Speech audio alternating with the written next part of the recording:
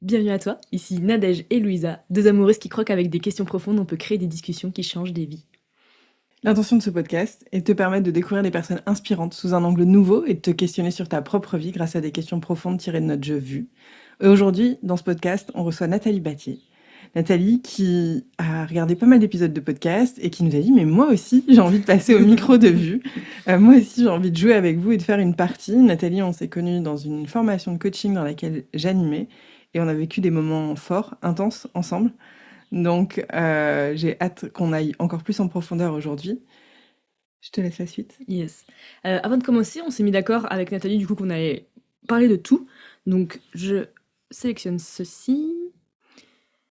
Comme d'habitude, dans cette partie, c'est une partie classique. On va pouvoir passer les questions, donc prendre du temps pour réfléchir. Évidemment, s'il y a des silences quand vous nous écoutez, c'est normal. Ce n'est pas un bug de montage, c'est juste un humain qui réfléchit.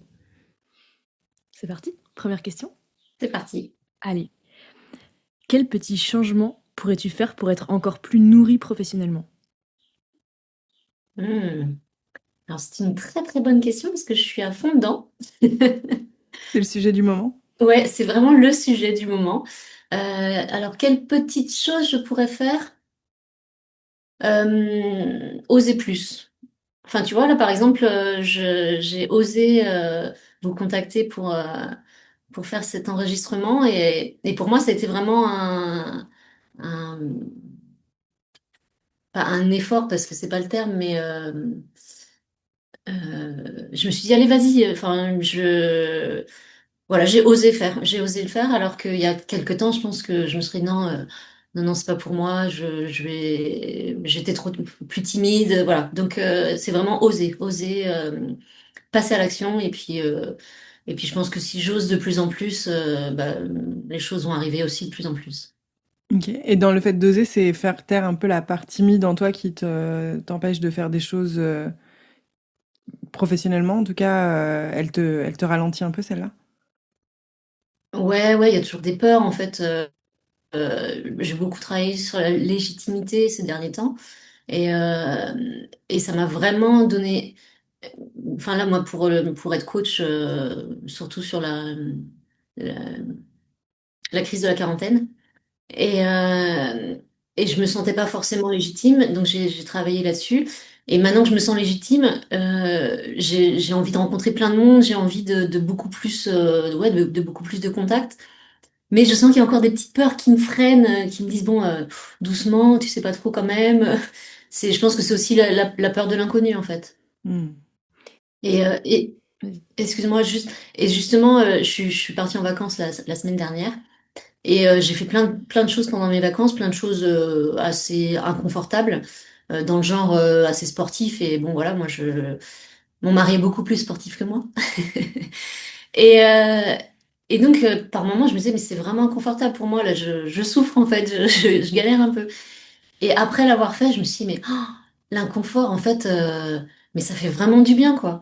Parce que, voilà, je me suis dépassée, j'étais plus que ce que je pensais. Et après, je me suis sentie plus fière de moi aussi. Et je me suis dit, mais Nat, fais ça aussi dans le boulot, en fait.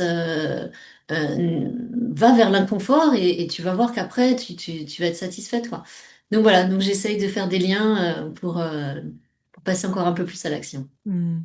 Et là, il y a des choses précises sur lesquelles tu aimerais avoir plus d'audace ces prochains temps ou c'est juste une guideline et t'as pas de choses précises que tu aimerais mettre en place ces prochaines semaines? Si, si, j'ai plein de petites choses précises à mettre en place, et il fait beau, j'aime bien aller me promener. Donc, donc non, non, ouais, c'est juste, enfin, tu vois, par exemple, faire des salons du bien-être, voilà, passer des coups de fil, tout ça, je sais que j'ai ça à faire. Et, euh, et des fois, je préfère mon confort à me dire, bah ouais, là, il fait beau, tiens, je vais aller marcher, j'adore marcher. Mais c'est un peu une fuite aussi, donc voilà, je sais ce que j'ai à faire. Et, euh, et puis bah, vraiment travailler là sur l'inconfort, je me suis dit, ouais, ouais, tu vas voir, tu vas être encore plus fier de toi après. Donc vas-y, fonce, quoi. Hmm. Donc voilà, donc après l'enregistrement, je vais passer un coup de fil. trop bien. Bah, merci en tout cas de traverser cet inconfort, de te visibiliser, de t'exprimer peut-être plus, plus fort avec nous, parce que c'est un vrai cadeau. Merci pour ça. Hmm. Bah, merci à vous. Prochaine question. Ouais. Quels sont les 3 livres que tu prendrais comme un bon signe si un partenaire potentiel les avait lus et aimés? Et derrière partenaire, vu que tu es marié depuis quelques années, tu n'es pas obligé d'être dans la relation, tu vois. Enfin, moi, en tout cas, cette question, je la vois plus comme, c'est quoi les 3 livres un peu green flag chez quelqu'un avec qui tu as envie de relationner, peu importe la forme de relation. Ça, c'est pas une question facile. Euh, Et t'as le droit de la passer si elle t'inspire pas, hein. ouais, je pense que je vais la passer parce que Passons, Allez, passons. je vois les idées, mais je vois pas dans le livre en fait. Donc ouais, on va passer. ok. Qu'est-ce qui est le plus difficile quand on sort avec toi? Ah, ça c'est rigolo comme question. Qu'est-ce qui est le plus difficile? Euh, je dirais que des fois, il faut pas avoir peur du ridicule en fait. Parce que bah, j'aime beaucoup rire et des fois je fais des blagues qui sont pas forcément drôles, mais moi ça me fait rire.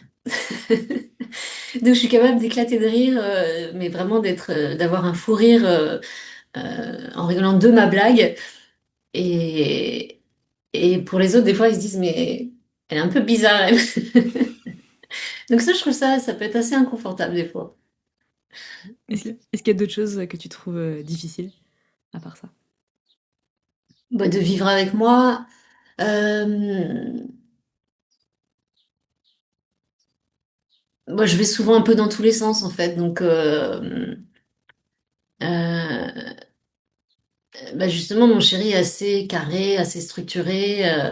Et moi, je suis plutôt l'inverse, à avoir envie de ça, et puis après avoir envie de ça, et puis après avoir envie de ça. Donc, pour quelqu'un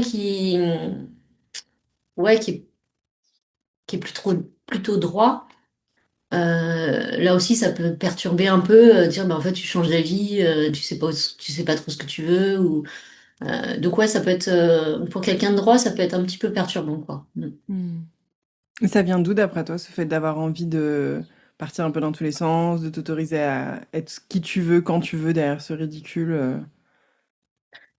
Ça vient de mon passé où je pense que je me suis beaucoup interdit plein de choses et ouais, je vivais derrière un masque, à toujours être comme ça pour les autres et depuis que le masque est tombé, ben ouais, j'ai vraiment envie de croquer la vie, ben encore plus et puis pas qu'à droite, mais aussi à gauche et puis aussi devant, aussi derrière. Donc donc ouais, je pense que je me suis beaucoup restreinte et et aujourd'hui, ouais, j'ai pas envie de trop me limiter en fait. Voilà, j'ai envie. Alors c'est un peu paradoxal par rapport à ce que j'ai dit avant, mais mais parce que voilà, j'ai quand même des freins, mais en tout cas, j'ai quand même ouais, vraiment envie de goûter à beaucoup plus de choses en fait. Et puis encore une fois, les masques tombent, mais pour autant, on a quand même des patterns, des schémas, des espèces de fonctionnements un peu réflexes. Donc, t'as beau avoir conscience que t'avais un masque, c'est pas open freestyle partout. Il y a des petits automatismes, et le masque, il est peut-être tombé aussi dans une vie peut-être plus perso. Et là, dans le côté pro, ben, il y a encore des petits restes, mais ça reste en surface, quoi. Ouais, ouais, tu dis juste. Next question. Quand as-tu vu tes parents comme des humains pour la première fois? Euh, c'est quoi la définition d'un humain en fait? Déjà. Parce que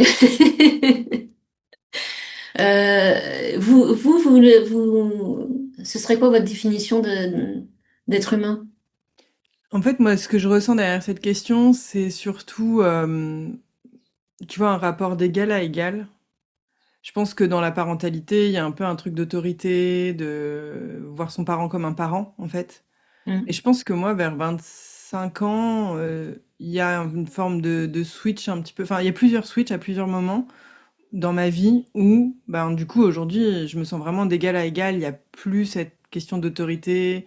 dans un sens comme dans l'autre, ou de prendre soin, etc. Et donc le côté humain, c'est plutôt effectivement rapport, un rapport naturel et humain, en tout cas. Mais je pense qu'il y a une double lecture, tu vois. Moi, quand je vois la question, je pense à ça en premier et direct après, je me dis, je pense aussi qu'il y a des enfants qui prennent leurs parents pour des super-héros. Mm. Et parce que sinon, moi, j'aurais dit, quand as-tu vu tes parents comme des adultes et pas comme des Mm. parents, tu vois. C'est vrai. Là, pour moi, le côté humain, c'est. En fait, quand est-ce que tu as réalisé qu'ils étaient normaux comme toi et moi et qu'ils n'avaient pas que des super-pouvoirs et des faiblesses et tout ça, tu vois. Mais bon, en vrai, comme toute partie de vue, tu l'interprètes bien comme tu veux et nous, on te suit là-dessus, quoi.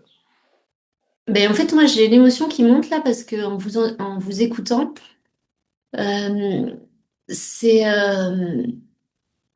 le jour où ils m'ont dit je t'aime, les yeux dans les yeux, en fait. Mm. Et,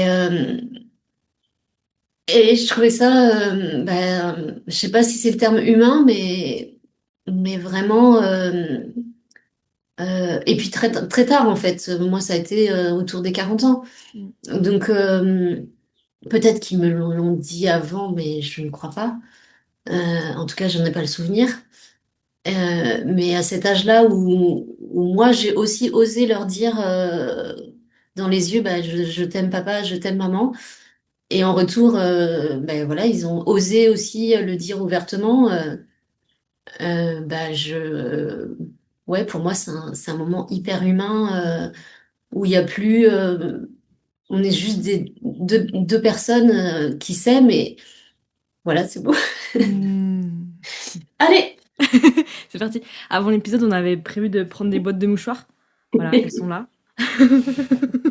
Donc on est bien équipés. On prépare. On prépare. Donc Non, pour moi, excuse-moi, non, non, c'est très touchant. Je trouve ça beau. Tu vois, l'humanité, elle passe par l'amour, tu vois. Et je pense que c'est un vecteur d'humanité fort. ouais, bah c'est ce que voilà, c'est vraiment ce que je voulais dire.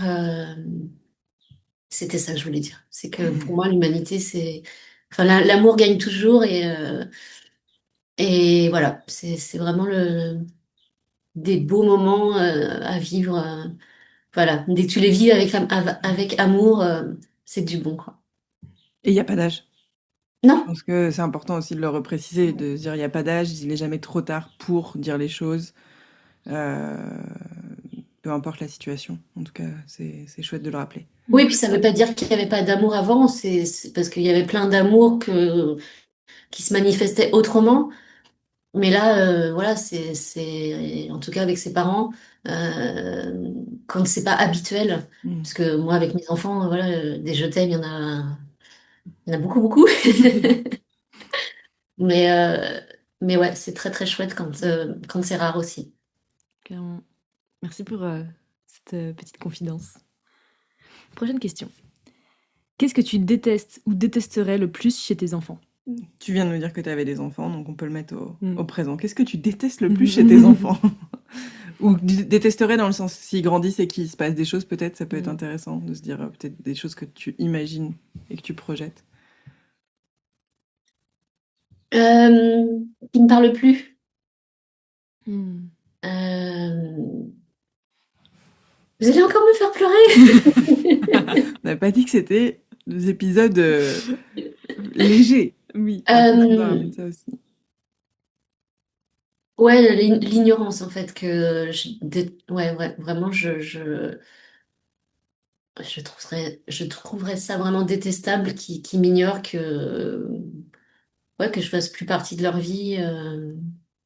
Voilà, j'ai besoin d'eux, j'ai besoin aussi de leur amour et j'ai aussi énormément besoin de leur donner et de leur transmettre aussi plein plein plein de choses et il y a pas très très longtemps ma fille on parlait de la mort. Et elle me dit, ah moi j'ai peur que papa il meure, mais toi, ça me dérange pas trop. J'ai dit, ah bon? Comment ça? Elle me dit, mais en fait, tu m'as transmis tellement de choses, tu m'as tellement parlé, ouais, ouais, je lui ai tellement donné qu'elle me dit qu'en fait, elle a l'impression qu'elle aurait pas de regrets, en fait. Mm. Et, euh, et en fait, là où je me disais, ah ouais, super, si moi je meurs, elle s'en fout. Quand elle m'a expliqué, je me suis dit, waouh!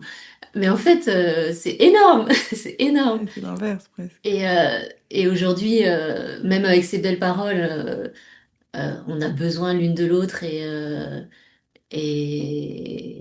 et j'ai toujours besoin de lui apporter. Et elle m'apporte énormément aussi en grandissant, parce que voilà, quand les enfants grandissent, ben, ils-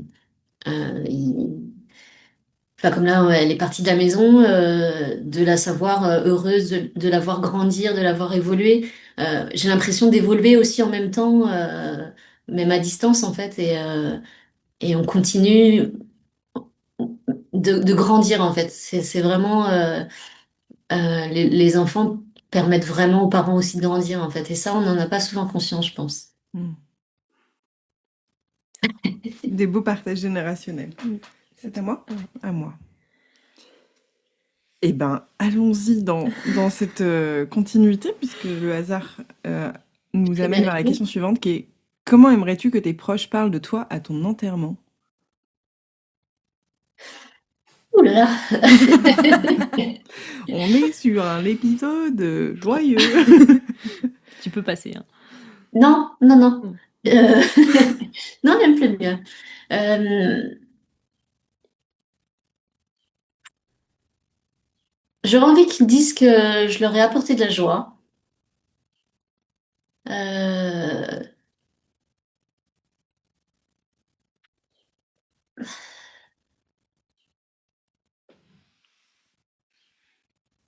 on en rigole souvent. Bon, c'est une toute petite anecdote, mais dans la cuisine, on a la hotte qui fait du bruit. Et dès qu'on l'éteint, à chaque fois, je dis, ah, ça fait du bien quand ça s'arrête. Et, et en fait, j'aurais pas envie qu'ils disent, ah, ça fait du bien quand ça s'arrête, elle est plus là. Mais on s'est dit, ce serait pas mal de mettre ça sur ma tombe quand même. J'adore. Très drôle. Ce sera Mais ouais, ouais. voilà, en fait, entre la douceur et la joie, en fait. Mm. Et puis, bah, j'aime aujourd'hui aider tout mon entourage à voir la vie différemment. J'ai eu la chance, bah, notamment avec Louisa, de voir ma vie différemment et ça a changé vraiment ma vie, avoir un nouveau regard. Et, aujourd'hui, ouais, que les gens me disent, bah, elle m'a vraiment aidé à voir ma vie autrement et ça m'a permis de vivre plus sereinement, plus. Enfin voilà, chacun. Mais ça m'a apporté en fait. Ouais, ouais, ce serait pas mal ça. Très belle épitaphe. Mm. Ouais, je me la pète un peu, mais ça me fait du bien. T'as bien raison. Prochaine question. Quel comportement te déclenche le plus de frustration dans une relation? Ouais, mais avant, je Ouais, peux vous poser la question Ouais. de celle que vous m'avez posée, bien celle sûr. d'avant? Bien sûr. C'est intéressant parce que je me suis posé cette question tous les ans pendant de nombreuses années, quand je fais mon petit bilan annuel. Et plus ça avance, plus j'ai du mal à y répondre. Je pense qu'avant, en gros, ce que je répondais, c'était plus ou moins ma mission, en tout cas ce pourquoi j'ai envie d'être sur Terre, tu vois. Et puis, plus ça va, plus on dépolarise des trucs, plus c'est dur, je trouve, de vouloir quelque chose, parce que je sais qu'au même titre où, par exemple, tu vois, une réponse que j'avais il y a encore quelques années, c'était, bah, j'aimerais que les gens disent que je les ai aidés à oser, que je les ai aidés à faire des choses audacieuses dans leur vie, tu vois. Alors que maintenant, quand je le dis, je sais très bien le prix à payer de l'audace, je sais très bien aussi tous les problèmes que ça crée, tu vois. Donc, il y a un peu une partie de moi qui est genre, bah, est-ce que j'ai vraiment envie que les gens disent ça? Je sais pas trop, tu vois. En vrai, là, si aujourd'hui, je voulais que les gens. On en a parlé avec Loulou il y a pas longtemps, et je pense Je que sais qu'on est passé, on est tombé sur la question, hein. Ouais, en se promenant, on en a parlé aussi. Ouais. En tout cas, j'étais plus en mode, moi, j'aimerais mieux que les gens agissent que parlent, tu vois. Et je pense que le plus beau cadeau que j'aimerais que les gens fassent, ce serait bah, qu'ils osent faire des choses quand même qui fait qu'ils ont une vie plus alignée, plus enthousiasmante, plus inspirante pour eux, tu vois. Mais ce serait pas qu'ils disent des choses sur moi, ce serait juste qu'ils le fassent, tu vois. Mais en mode épitaphe, il y avait une phrase que j'aimais beaucoup, c'était je reviens dans 5 minutes. Et j'aime trop cette idée qu'en fait, même si t'es plus là, bah en fait, il y a toujours une Mm. partie de toi qui est quelque part, tu vois. Et j'aime bien ça comme idée. Et toi?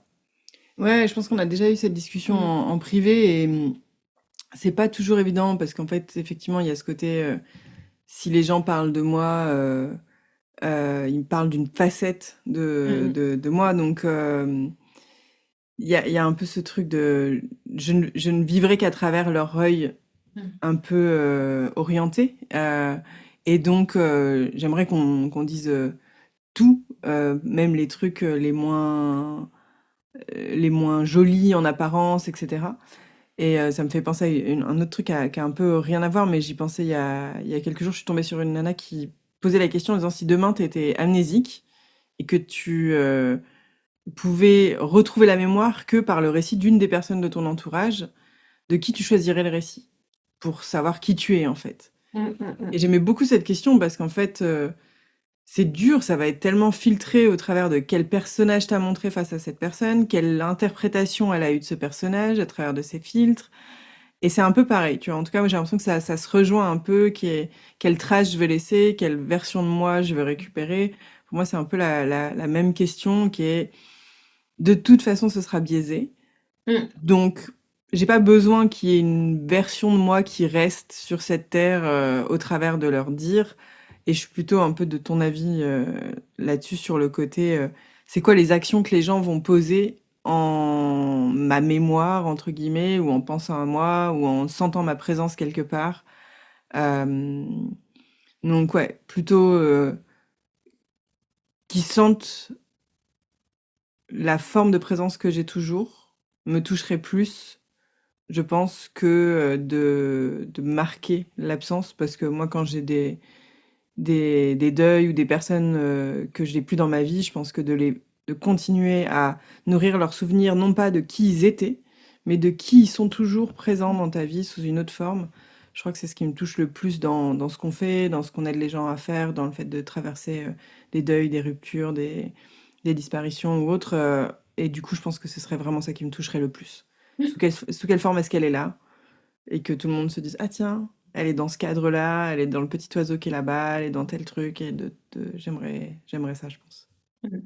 Et même dans les trucs chiants, effectivement. Elle est là, dans les trucs chiants aussi. Dans cette petite phrase cinglante, c'est tout à fait elle. Voilà. Ça, c'est ça. Voilà. Du coup, je te laisse relire la question d'après. Ouais. Quel comportement te déclenche le plus de frustration dans une relation? Et pareil, relation large spectre, hein, tu parles du type de relation que tu veux. Ouais.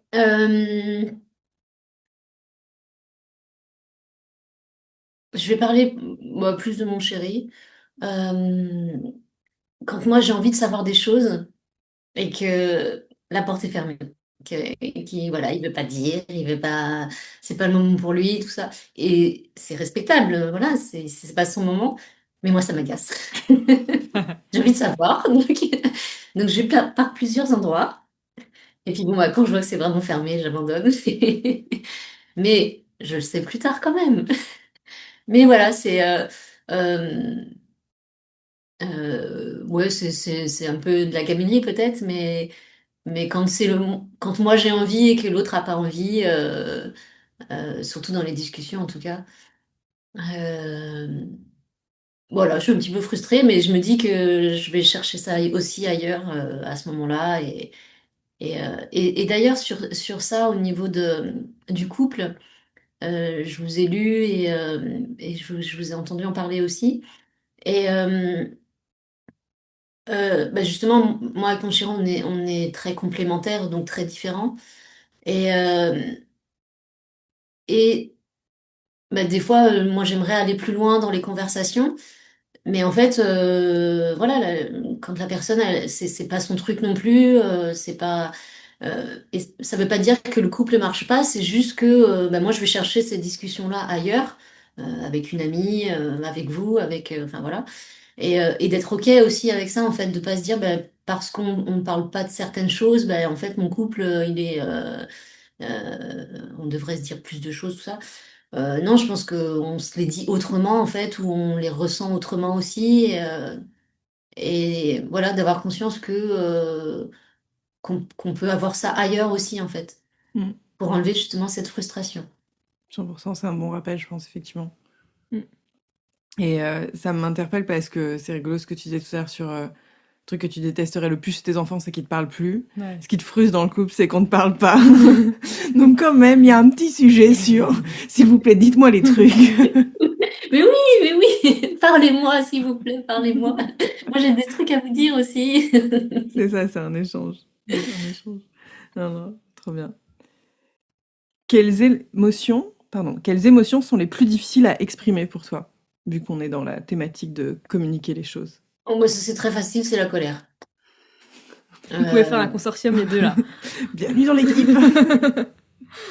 ouais, c'est quelque chose que j'ai beaucoup de mal à exprimer, en fait.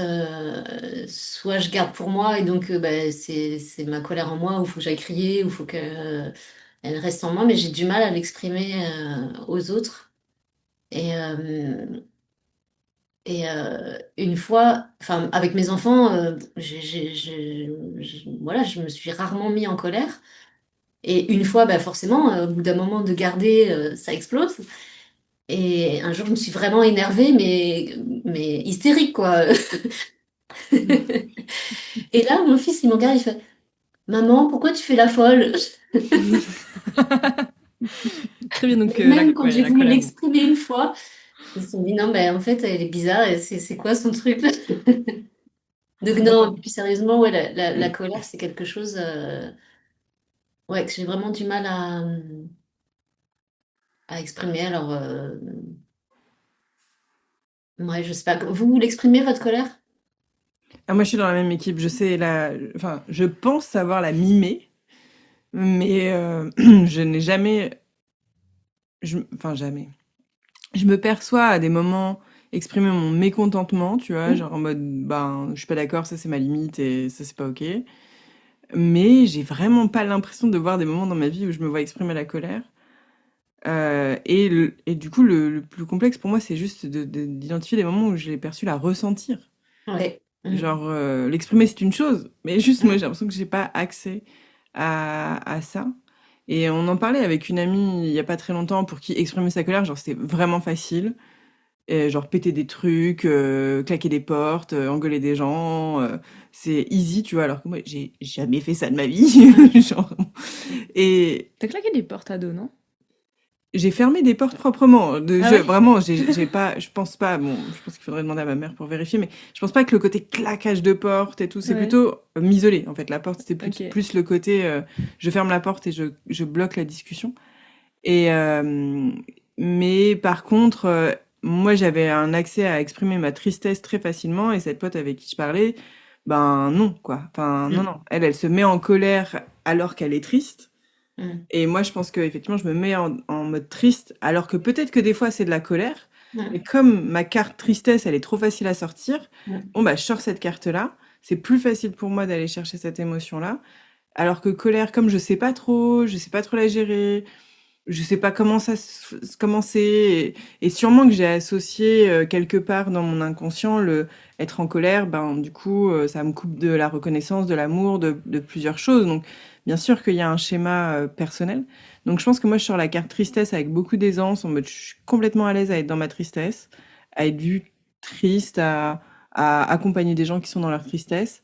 Par contre, la colère, je pense que j'ai l'impression que c'est un peu moins maîtrisable, alors que c'est une émotion qui crée énormément d'action, qui crée beaucoup d'énergie, qui est, enfin, je le vois pas comme quelque chose de négatif, quoi. C'est Hmm. vraiment juste, j'y ai moins accès et, euh, et peut-être que j'y ai accès sur la part peut-être un peu rebelle de moi, tu vois, de le côté rébellion. Ça peut être une énergie qui s'approche de la colère, quoi. Hmm. Et toi, Hmm. quelle émotion est la plus difficile à exprimer pour toi? Je dirais aussi la colère, mais pour le coup, j'y ai accès dans je pense dans des contextes assez particuliers. En tout cas, moi, mon pattern de colère quand je conduisais beaucoup et que j'habitais en ville, c'était les, les problèmes de gestion des règles communes sur la voie publique.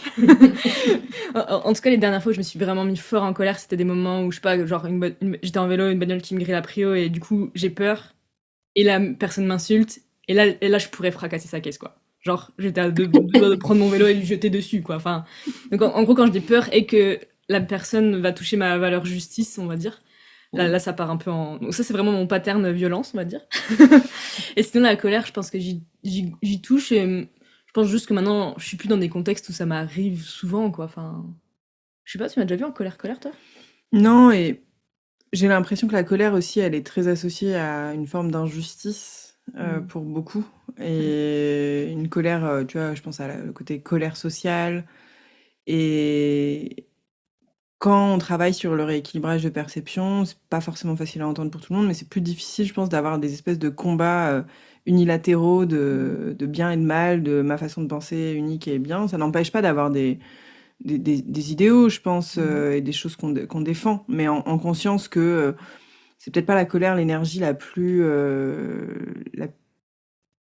adaptée à défendre un point de vue Mm. et d'avoir quelque chose un peu moins polarisé dans ces moments-là. Donc j'ai l'impression que ça joue aussi sur l'expression d'émotions de manière très forte.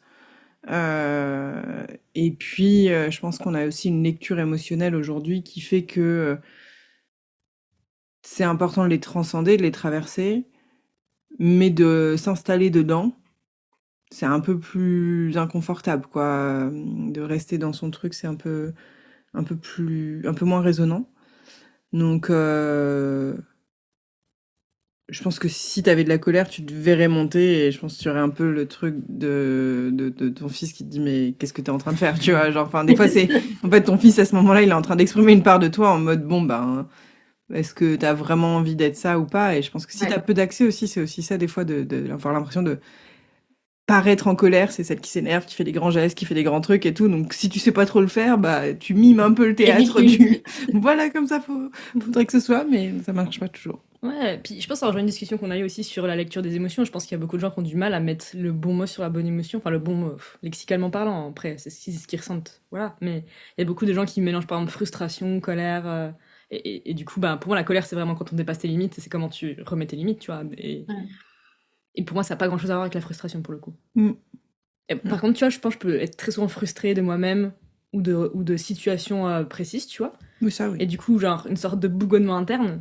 Et pour moi, c'est pas de la colère. C'est genre juste, je suis dans mon petit caca mental, quoi. Mais. Oui, oui, oui, mais ça peut être une forme, en fait, peut-être une forme de colère quand même, en fait. Parce que je suis comme Luisa, moi, j'ai pas l'impression de la ressentir, en fait, même moi, de savoir vraiment ce que c'est d'être en colère, mais effectivement, par contre, d'être frustré, oui, d'être agacé, oui, et je pense que c'est des formes quand même peut-être plus légères, Mm. Mm. mais c'est là quand même, ouais. C'est moi. C'est à toi. Quel est le pire scénario que tu envisages pour ta vie? Mhm. Que tes enfants te parlent plus. Ben en fait, je les envisage, je ne l'envisage pas. Comme ça, c'est plus simple. Euh,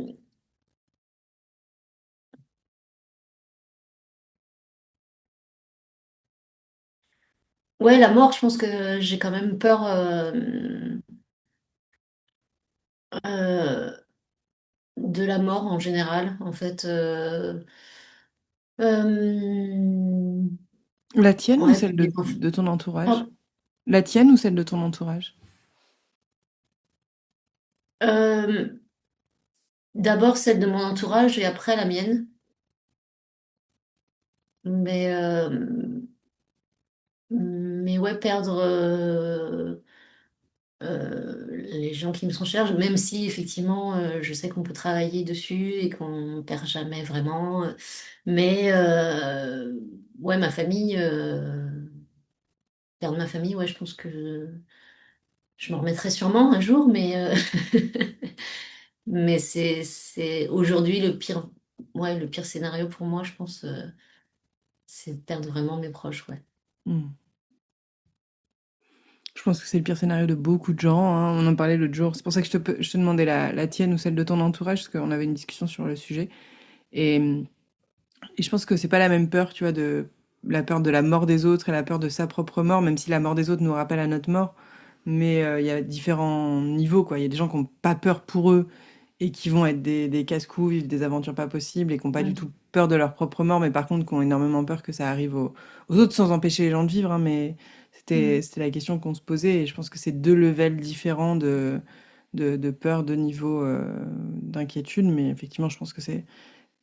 Je sais pas s'il y a des statistiques qui sont faites là-dessus, mais je pense que ça doit être une des réponses les plus importantes à quel est le pire qui puisse arriver. Mhm. Bah oui, à partir du moment où t'aimes la vie, bah forcément, ouais, l'inverse, Mhm.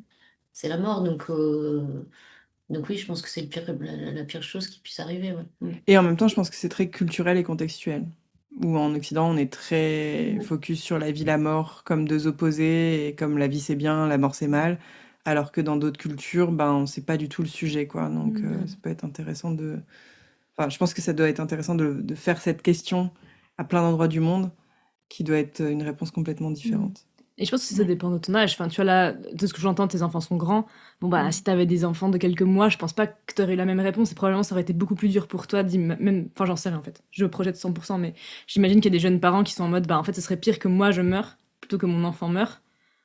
J'en sais rien. Parce qu'il C'est est... débile ce que je dis, en plus. Bah, non, c'est pas débile dans le sens où quand t'as des enfants à qui t'as fait une forme de transmission et que tu sais que tu les as équipés pour la vie, bon ben, il y a une première phase du passage qui est faite. Quand t'as des enfants en bas âge, effectivement, ça Oui, peut créer mais tu ce sais, ce stress-là. côté, de toute façon, tu peux pas te dire, je préfère que mon enfant meure que moi. Tu vois, c'est pour Je ça qu'au pense que... moment où je l'ai dit, je me suis dit, non, c'est de la merde, allez, ferme ta gueule.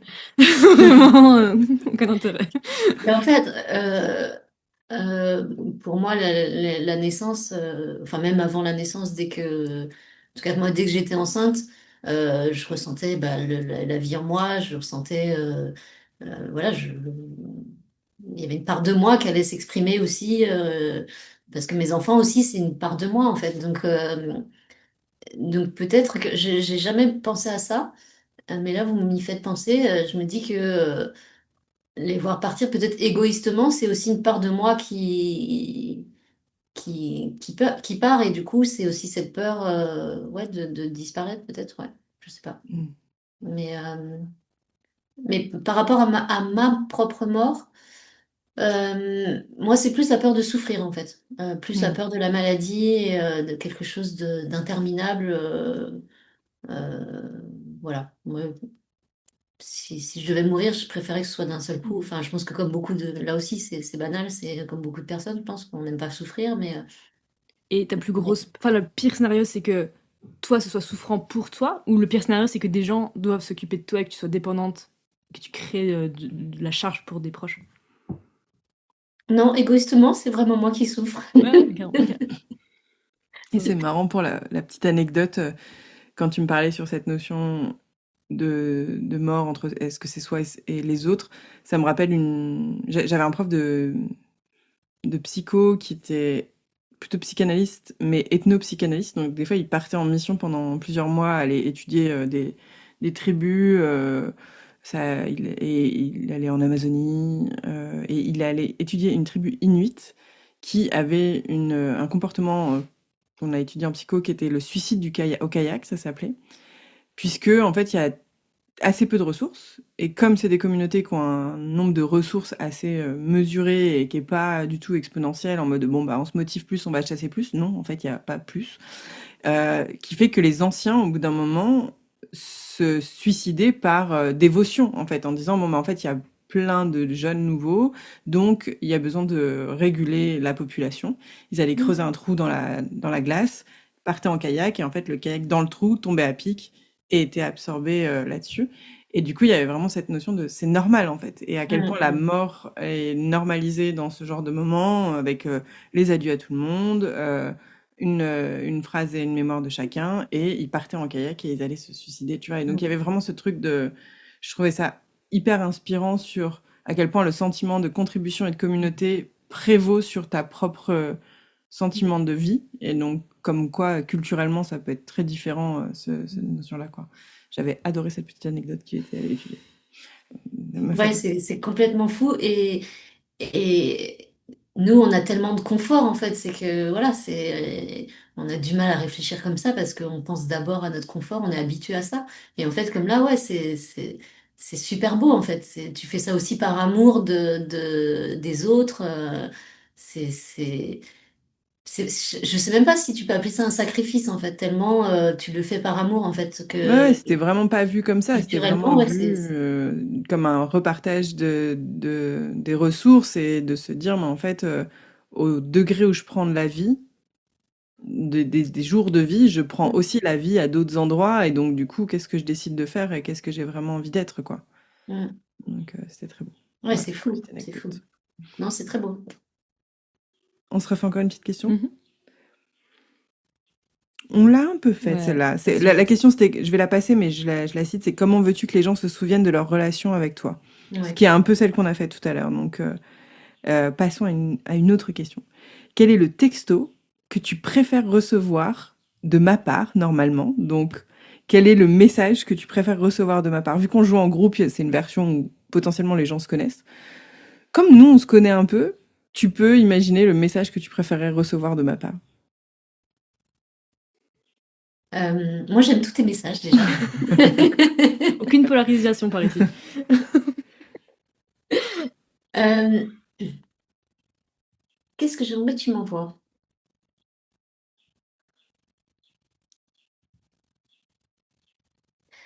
C'est vrai que c'est vraiment lié à l'échange parce que j'ai relu votre mail ce matin et rien que on a hâte voilà, de se rencontrer, de discuter. Voilà, que m'envoies un message où tu me montres que tu as envie d'échanger avec moi, moi c'est top quoi. Et moi, je vais me retourner la question parce que ça m'est venu tout de suite en tête et en plus, ça fait un super lien avec qui tu es, ce que tu fais. Mais je crois que le message que j'ai préféré recevoir de ta part, ça a été le jour où tu m'as annoncé que tu publiais, enfin que t'écrivais et que tu publiais ton livre. Et genre, je me suis dit, ah ouais, mais je m'attendais pas du tout à ça de Nathalie. Je ne savais pas que le projet était en cours. Et donc, tu me l'envoies le message pour me dire qu'il y a une partie d'un moment qu'on a vécu ensemble que tu souhaites relater et que tu me demandes la Mm. relecture. Et c'était la première fois de ma vie qu'on m'a envoyé un message en mode de Louisa, tu vas être citée dans un livre. Et j'ai trouvé ça fou, tu vois, genre vraiment, je me suis dit, waouh. Enfin, tu vois, il y a eu plein de moments en mode de petites explosions de cerveau en mode Nathalie va écrire un livre.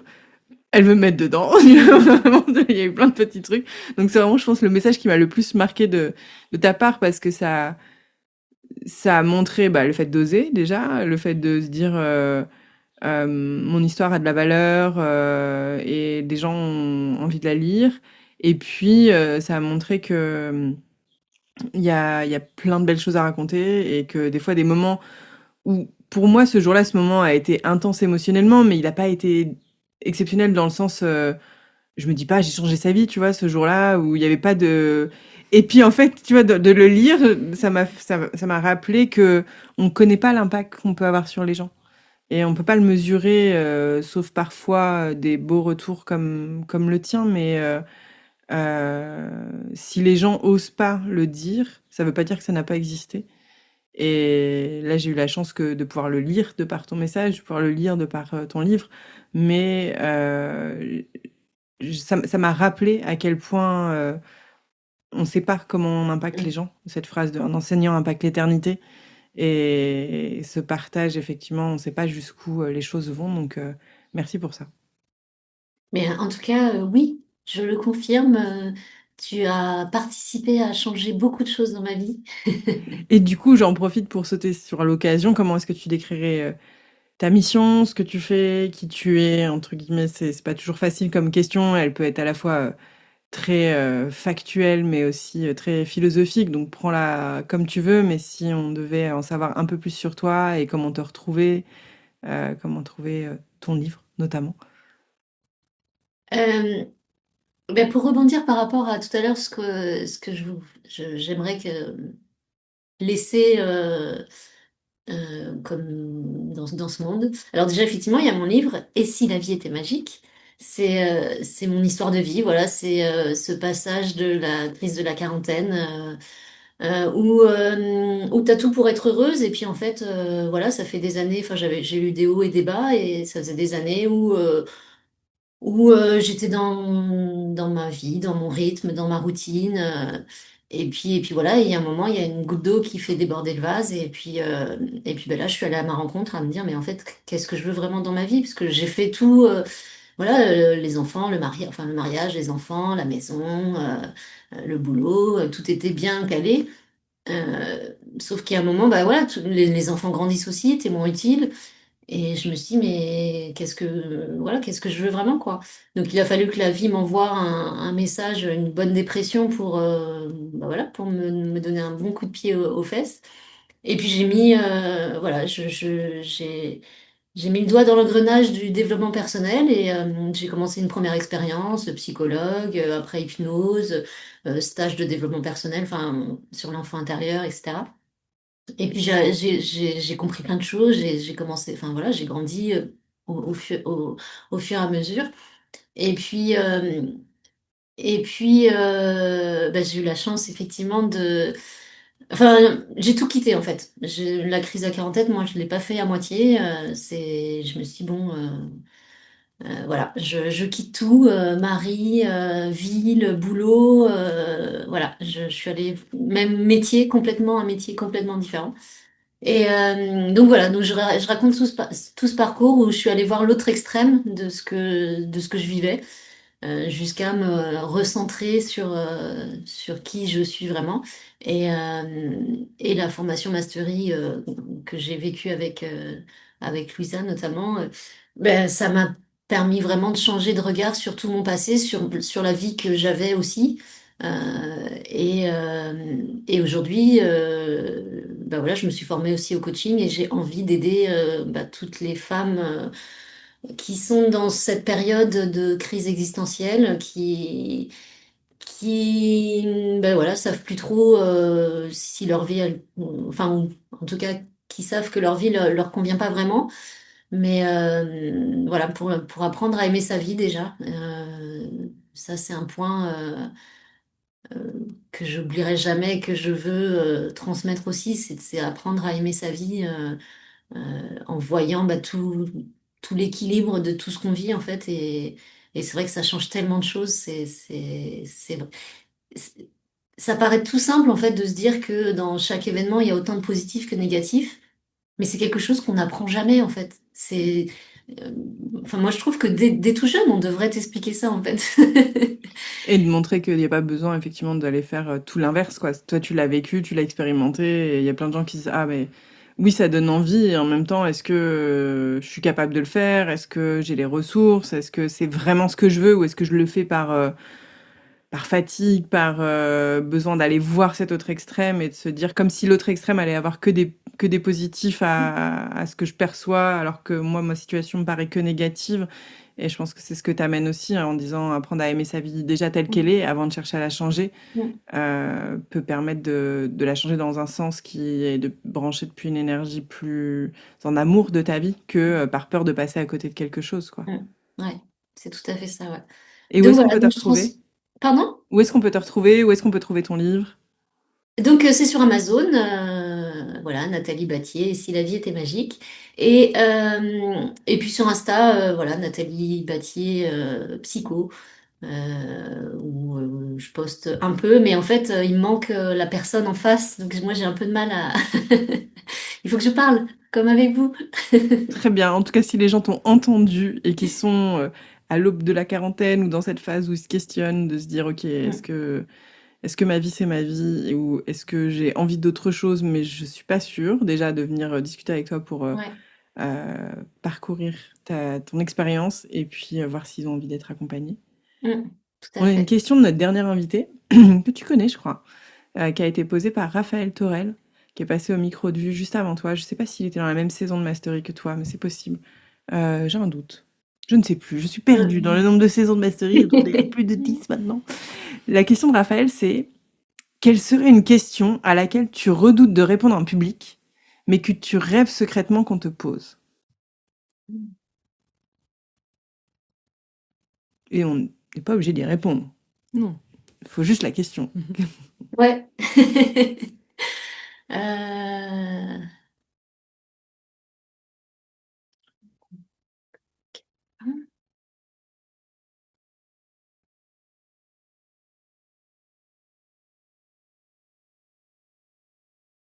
En fait, je trouve des questions, mais j'ai envie d'y répondre, c'est en public aussi. Euh, Bah peut-être du coup des questions sur la sexualité. On en parlait tout à l'heure Et, euh, et je pense que c'est des questions, en tout cas de ma vision, qui sont assez tabous.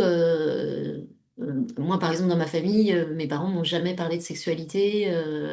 Voilà, j'ai découvert par moi-même. Et je pense que j'ai encore des freins là-dessus. Et, euh, et ouais, je pense que j'aimerais qu'on me pose des questions sur, ouais, sur est-ce que je suis vraiment épanouie sexuellement? Euh, est-ce que j'ose faire ce que j'ai dans la tête ou, ouais, ou assouvir certains désirs? Euh, ouais, ce serait sur la sexualité et je pense qu'en public, je serais pas très à l'aise de répondre à tout ça, ouais. Mm. Et ce serait des questions que t'aimerais avoir avec ton chéri en privé ou parler, je sais pas, avec des amis, des copines, enfin des gens justement qui sont pas impliqués. Bah, les deux, en fait. Euh, être encore plus ouverte avec mon chéri et puis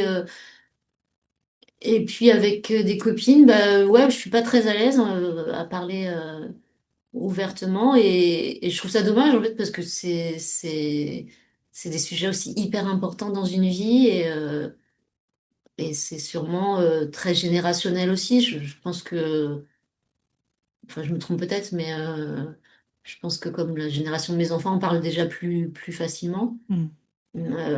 entre copines en tout cas. Mais moi je sais que c'est un sujet voilà ouais, qui est assez fermé quand même. Donc ouais, j'aimerais que ce soit plus ouvert avec aussi mon chéri et puis mon entourage. Dire que ça fait partie de la vie et puis c'est de l'amour, donc c'est Et, chouette. et toi, tu oses poser des questions dans ton couple ou même, enfin même dans ce sens-là, ça c'est difficile pour toi. Ça s'ouvre de plus en plus. J'ose de plus en plus. Euh, mais c'est encore, ouais, c'est encore timide. Bon, si on fait des épisodes de podcast spécial sexo, on saura. Euh, Ça a Qu'il faut été pas demandé en m'appeler. vrai, ça a été demandé comme option. Après, c'est vrai qu'on a envie que ce soit mêlé à tout le reste des questions, éventuellement. Donc voilà. Parce que attends, petit placement de produit, mais est-ce que des fois vous faites des parties de vue avec ton chéri ou pas du tout? Non, pour l'instant, j'ai fait enfin pas que d'ailleurs.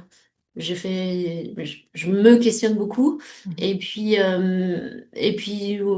si avec mes enfants, voilà, un soir, hop, je prends mon portable et puis tiens, réponds à ça. Et mon chéri, souvent, on me dit, ah, et toi? Non, non, c'est bon, c'est bon. Ok. La porte est donc fermée à ce moment-là. Euh, donc, bah, Et, j'en profite avec mes enfants. et toi, quelle est la question que tu aimerais poser à la prochaine personne qui passera au micro de vue?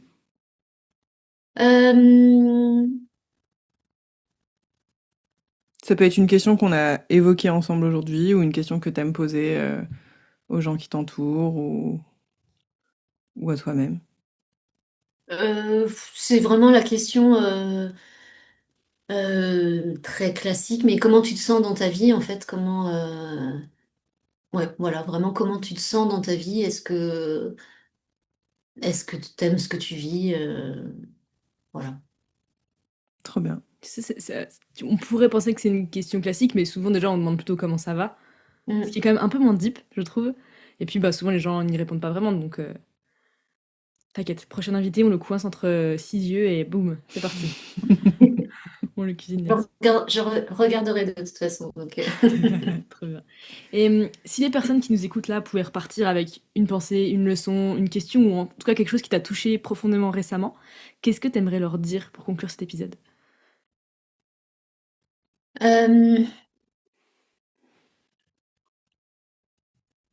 euh, c'est ma phrase que j'aime beaucoup, ouais, l'amour gagne toujours. Je pense que quand tu arrives à mettre de l'amour partout où tu peux en mettre, ben, ta vie elle est beaucoup plus douce en fait. Donc même dans les moments les plus difficiles où tu as vraiment l'impression de galérer, où ben, il y a de la souffrance, ben voilà, quand tu arrives à voir aussi ce que ça t'apporte, avoir ce regard différent. Ouais, ouais, vraiment mettre de l'amour partout où on peut en mettre et l'amour gagne toujours. Magnifique conclusion. Merci beaucoup Nathalie pour ce moment. Merci d'avoir osé traverser l'inconfort initial de se montrer, etc. Mais en tout cas, c'était un chouette moment de partage. Merci à toi pour toutes tes réponses. Ben, merci à toutes les deux. Ça m'a fait vraiment plaisir de partager ce moment aussi. Et je vous trouve vraiment super mignonne. De continuer de rayonner et de montrer tout votre amour, c'est vraiment chouette. Ça fait du bien.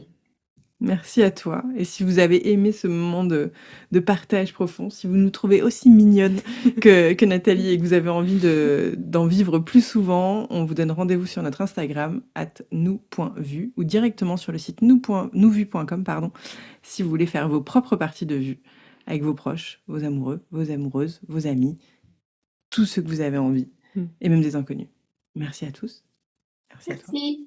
À très vite. Et moi aussi, j'ai un site. Je suis en train de le construire, nataliebati.com. Eh ben, on le mettra On le avec met grand dans les- plaisir. Bisous les filles. Bisous. Merci beaucoup.